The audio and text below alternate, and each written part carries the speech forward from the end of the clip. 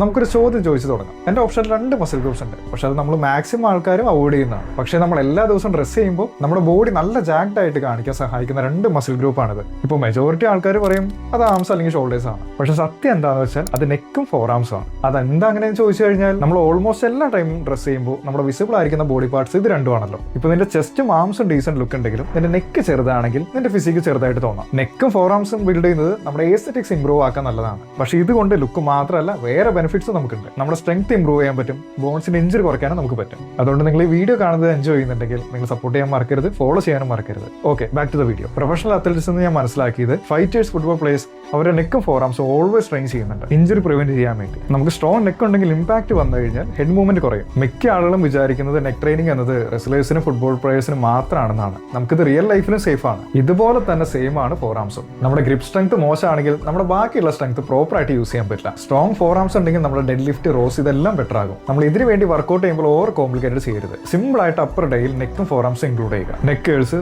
Wait കുറച്ച് മതി, slow ആയിട്ട് കൺട്രോൾ ആയിട്ട് ചെയ്യുക. 2 to 3 സെറ്റ്സ് മതി. റെപ്സ് നോക്കുകയാണെങ്കിൽ 10 to 15 മാത്രം മതി. ഫോർ ആംസ് എടുക്കുകയാണെങ്കിൽ ഡംബൽ റിസ്ക് കേഴ്സ് ആൻഡ് നമുക്ക് വേണമെങ്കിൽ റിവേഴ്സ് കേഴ്സും ആഡ് ചെയ്യാം. അതും 2 to 3 sets 10 to 15 reps add ചെയ്യാം. നമുക്ക് വോളിയം കുറവാണെങ്കിലും കൺസിസ്റ്റൻസി ഇമ്പോർട്ടന്റ് ആണ്. 6 months കഴിഞ്ഞിട്ട് മെഷർമെന്റ് എടുത്ത് കമ്പയർ ചെയ്ത് നോക്കുക. റിസൾട്ട്സ് കണ്ട് നീ തന്നെ സർപ്രൈസ് ആകും. അതും എക്സ്പെഷ്യലി നെക്കിന്റെ.